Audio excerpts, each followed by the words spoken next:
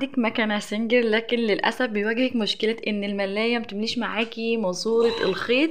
تمام كده، ولا يهمك خالص، هقولك على 3 حيل احسن من بعض هتقدري تملي بيهم ماسورة الخيط بكل سهولة. ويلا بينا نشوف ايه هي ال3 حيل الذكية دول جدا جدا.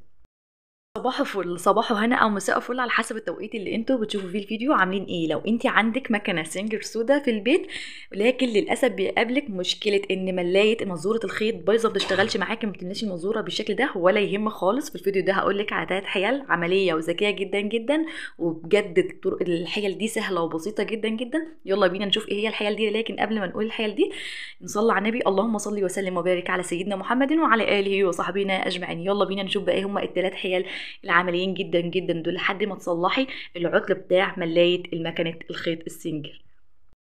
الحيلة بقى رقم 1، كل اللي احنا هنحتاجه في الحيلة دي فرغة قلم جاف قديمة عندك، تمام. وهتبدأي تجيبي المازورة اللي انت هتمليها بالخيط، تمام كده. وهتبدأي تجيبي المازورة بتاعتك وهتدخلي القلم كده فيها بالشكل اللي انت شايفاه، تمام. الحيله دي هنملى بيها المازوره يد، وهتبداي بعد كده تلفي القلم كده على الخيط، هتتلف معاكي بكل سهوله زي ما انت شايفه كده.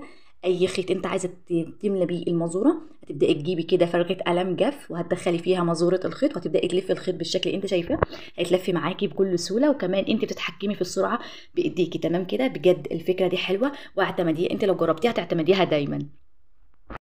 حيلة بقى رقم 2، كل اللي احنا هنحتاجه في الحيلة دي هنحتاج لأي مفك موجود عندك، تمام كده.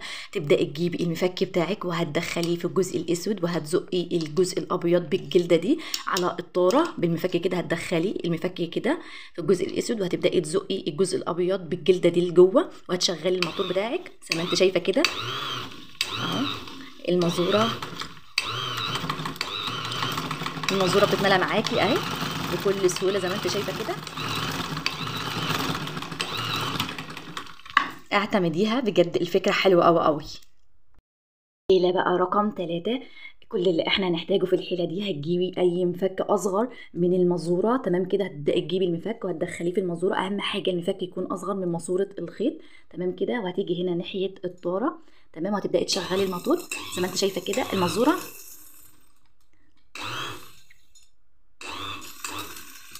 وتشغلي الطارة كل اهو. الموتور على الطار اهو، المازوره بتلف بالخيط بالشكل ده، المازوره هتتملى معاكي. بجد الفكره حلوه واعتمديها. عايزه اقول لك ال3 حيل دول عمليه جدا جدا، اعتمديها لحد ما تصلحي قصدي اللي هي ملايه الخيط بتاعه المكنه. بس بجد ال3 حيل دول سهلين وعمليين جدا جدا. فلو الفيديو عجبك ما تنسيش تعملي لايك وكمان شير واشتراك في القناه اول مره تشوفيني، وفعلي زر الجرس على الكل عشان يوصلك مني كل جديد. وباي باي.